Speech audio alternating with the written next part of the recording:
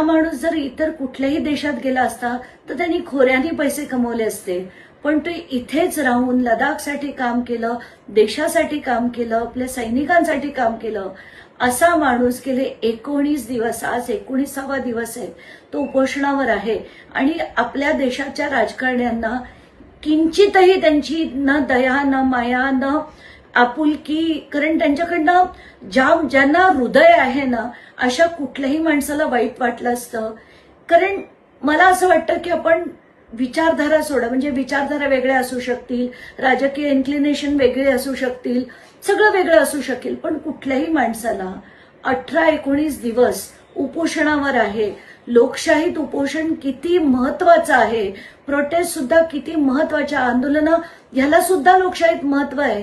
पण लोकांचा आवाज ठेचून टाकायचा, कोणाला विचारायचं नाही, हे जेव्हा आपण नेहमी होताना बघतो ना,